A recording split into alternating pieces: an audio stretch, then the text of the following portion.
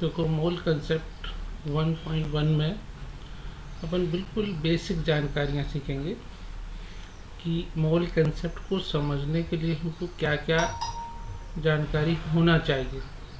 वो ज़रूरी जानकारियाँ जो छोटी क्लास में पढ़ाई जाती हैं वो यहाँ पर सीखेंगे, और कुछ मोल कंसेप्ट के बारे में भी सीखेंगे।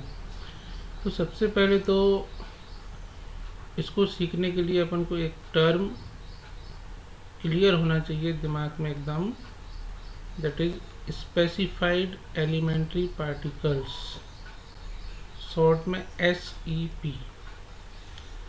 स्पेसिफाइड एलिमेंट्री पार्टिकल्स क्या होते हैं? ये होते हैं एटम,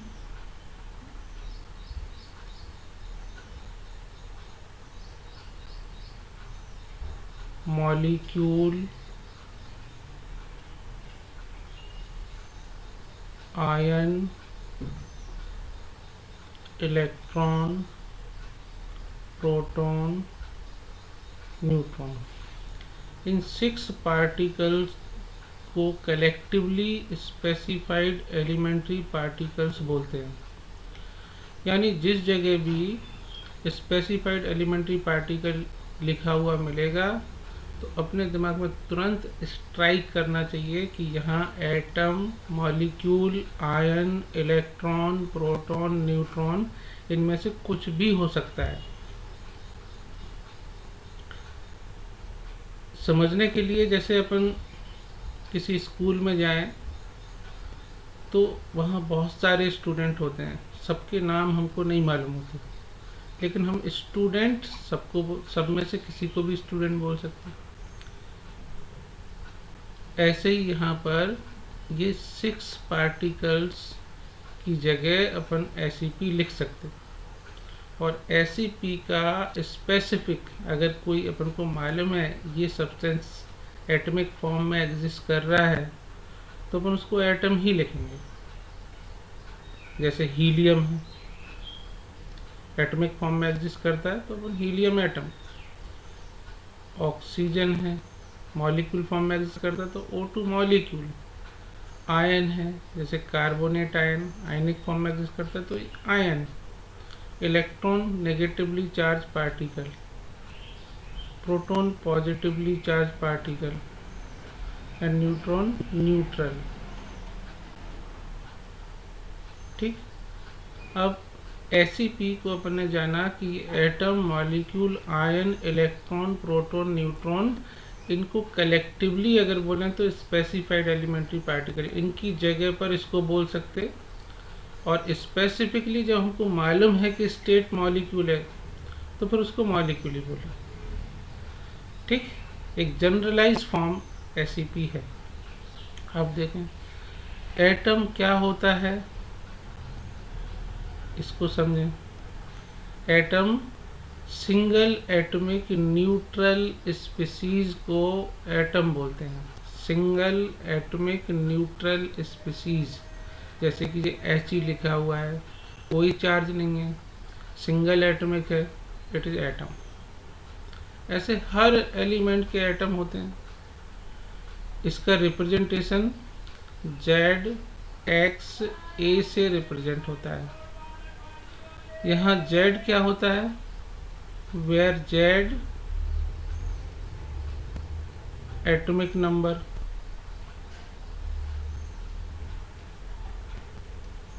और ये एटॉमिक नंबर जो है it is equal to number of protons. कहाँ, इन एटम। एटम में नंबर ऑफ प्रोटॉन के इक्वल Z होता है, और एटम में नंबर ऑफ इलेक्ट्रॉन भी Z के इक्वल रहते हैं एटम में। आयन में क्या होता है कि Z के इक्वल प्रोटॉन तो होते हैं लेकिन इलेक्ट्रॉन की नंबर डिफर करती है। वहाँ पर अगर पॉजिटिव चार्ज होगा तो Z से कम, जो सिंगल पॉजिटिव चार्ज है तो Z -1 कर देंगे नंबर ऑफ इलेक्ट्रॉन। अगर डबल नेगेटिव चार्ज है तो Z में +2 कर देंगे तो वो नंबर ऑफ इलेक्ट्रॉन्स आ जाएंगे। जैसे अपने पास मान लो Na है 11Na23। इसमें नंबर ऑफ प्रोटॉन बताना है, तो इसका Z है 11, तो number of proton is also 11। Number of electrons also 11 because it is neutral single atomic, तो इलेक्ट्रॉन प्रोटॉन सेम होंगे तभी न्यूट्रल है ये। अब अगर ये बोला जाए Na प्लस में number of proton and electron बताना है, तो नंबर ऑफ प्रोटॉन तो एटॉमिक नंबर के ही इक्वल रहेंगे 11, लेकिन नंबर ऑफ इलेक्ट्रॉन जब काउंट करेंगे तो एटॉमिक नंबर -1, क्योंकि 1 इलेक्ट्रॉन कम हुआ तब तो सिंगल पॉजिटिव चार्ज आया हो। 11 प्रोटॉन के चार्ज को 11 इलेक्ट्रॉन ने न्यूट्रल किया था, तो ये न्यूट्रल था। अब 11 प्रोटॉन रहे और इलेक्ट्रॉन 10 हो गए, तो चार्ज सिंगल प्लस आ गया, तो 10 इलेक्ट्रॉन आ जाएंगे। ऐसे करके इलेक्ट्रॉन प्रोटॉन काउंट किए जाते हैं।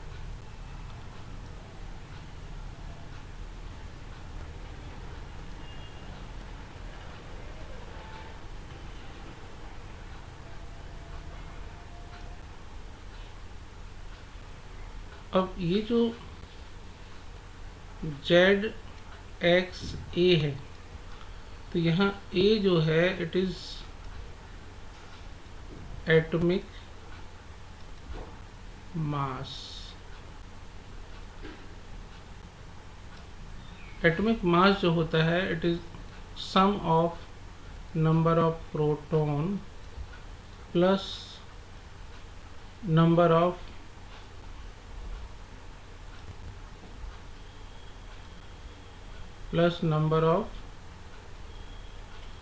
न्यूट्रॉन।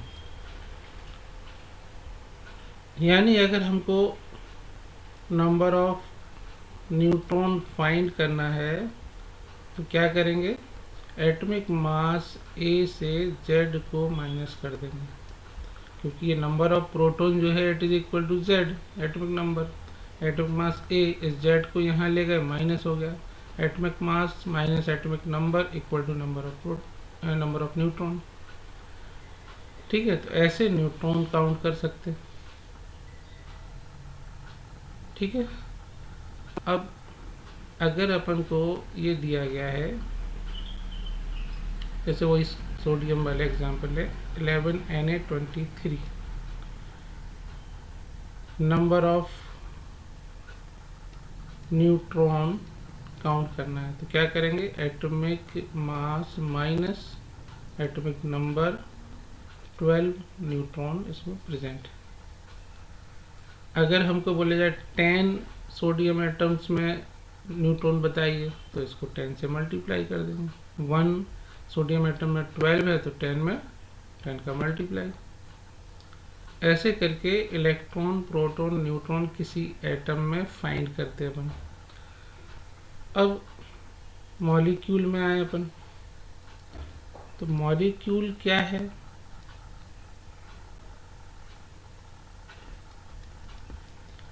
मॉलिक्यूल मल्टी एटमिक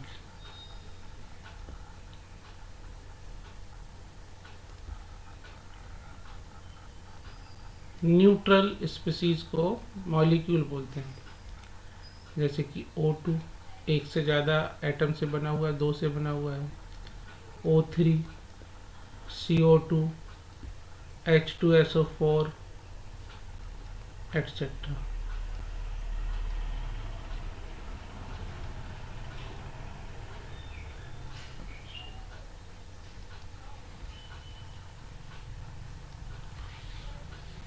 ठीक, तो ये मॉलिक्यूल है। अब मॉलिक्यूल है तो मॉलिक्यूल में मॉलिक्यूलर मास को समझना होता है अपन को। मॉलिक्यूलर मास को समझने के लिए क्या होता है, इनके एटॉमिक मासेस का सम। अगर O2 का मॉलिक्यूलर मास चाहिए तो ऑक्सीजन का एटॉमिक मास अपन को क्वेश्चन में मिलेगा, याद नहीं करना है, मिलेगा 16 और 2 ऑक्सीजन है तो 16 2 जा 32। मॉलिक्यूलर मास ऑफ CO2 अगर अपन को फाइंड करना है तो कार्बन का 12 प्लस 16 इंटू 2 ऐड किया, 32 प्लस 12 44। अगर H2SO4 का फाइंड करना है तो 2 इंटू 1 हाइड्रोजन का 1 प्लस सल्फर का 32 प्लस 16 इंटू 4, इसको ऐड करेंगे 2 प्लस 32 34 और 16 4 जा 64, 34 64 ऐड करेंगे 98 is the molecular mass of H2SO4। ऐसे करके अपन मॉलिक्यूलर मास फाइंड कर सकते हैं। एटॉमिक मास क्वेश्चन में मिलेगा अपन। आयनिक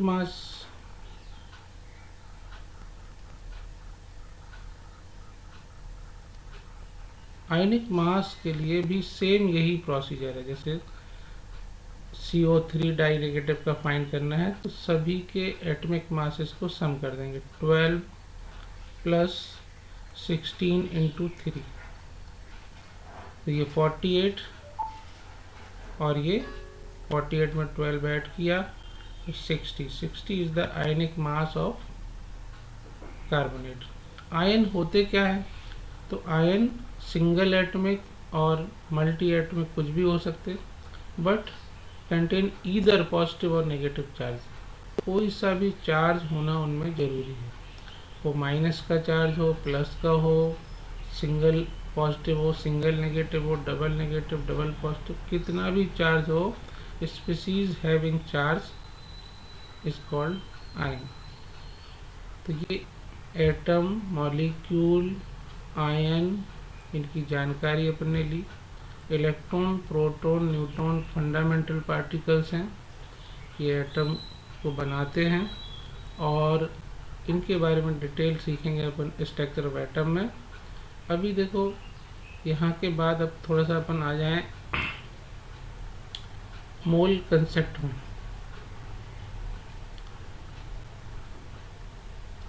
मोल कंसेप्ट में मोल को डिफाइन करते हैं। मोल क्या है? क्वांटिटी है।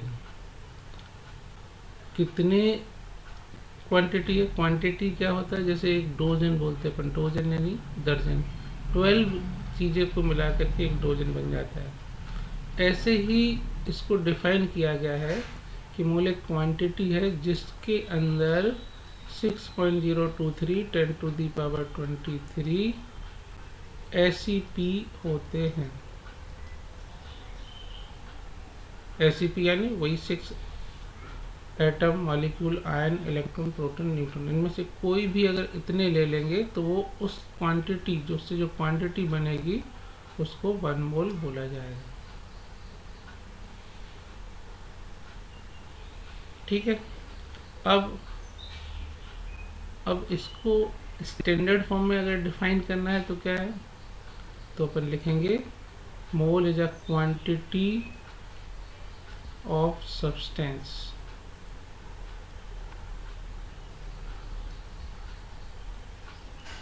which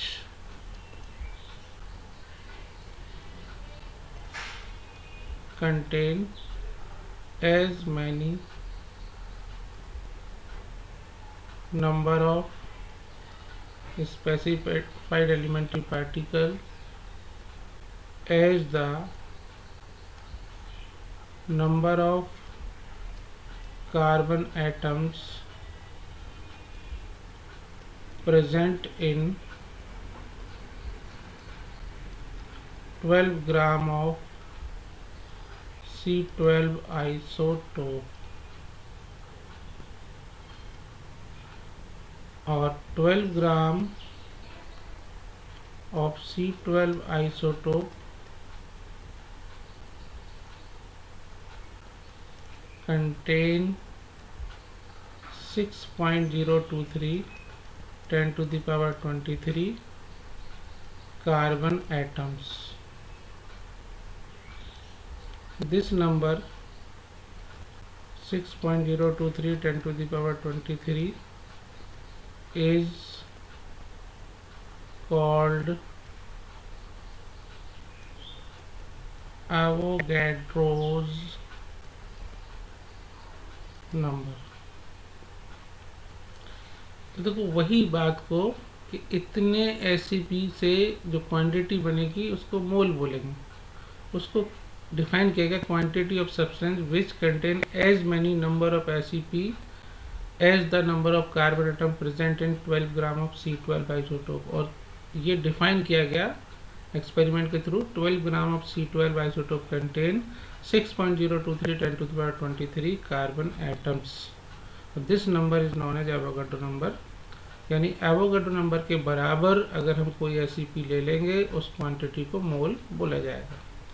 अब मोल जो है एक कॉमन नेम हो गया।